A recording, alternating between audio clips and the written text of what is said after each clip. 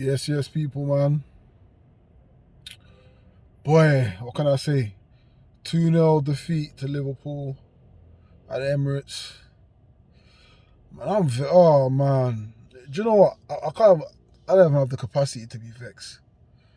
But you gave a great, solid performance with 10 men, and then you come home and you're almost playing like we've got 10 men today.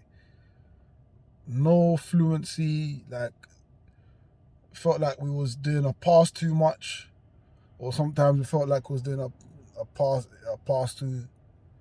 pass not enough. It was that kind of performance. There was no rhythm. Like, they looked out of sync. No ideas.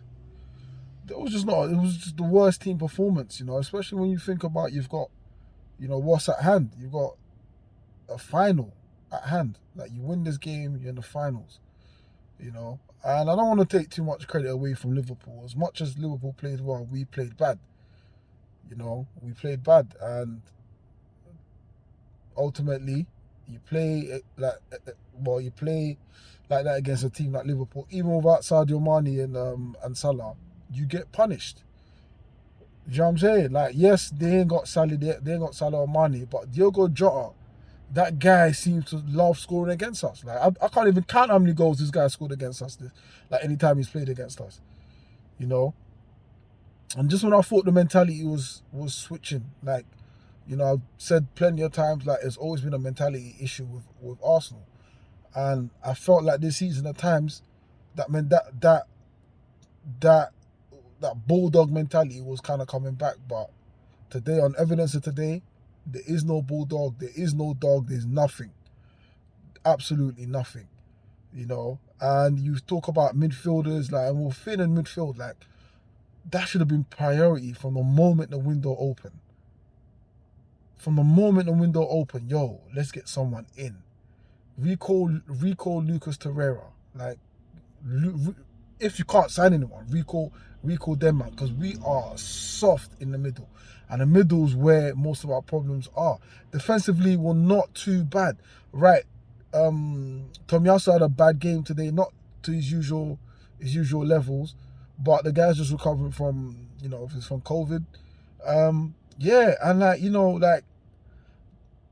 just didn't have him doing his defensive duties today. But like I said, the midfield was really, really poor. Sambi, he's not a player that really takes risk. For him, it's all about retaining the ball, recycling it, keep the ball ticking. So you're never gonna get any risk from him.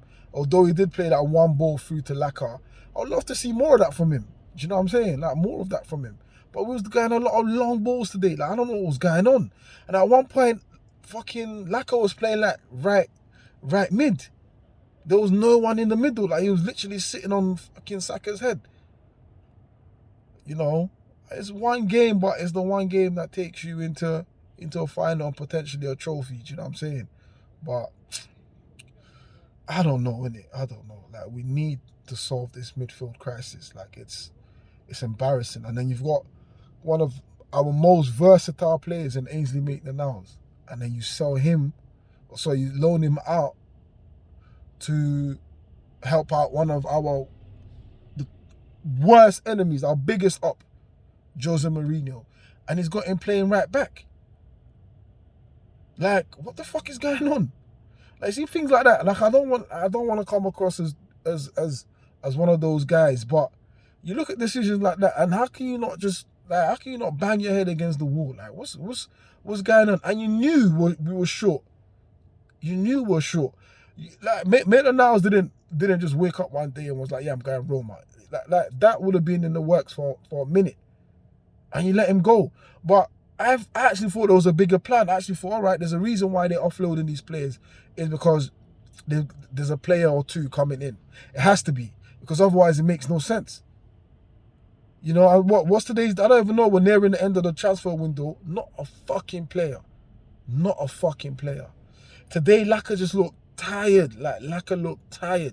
Do you know what I'm saying? And it's hard to get onto Laka because he's been the one setting the pace, setting the intensity, But today, none of that. it was hard to see Laka today, and he had the one chance, and the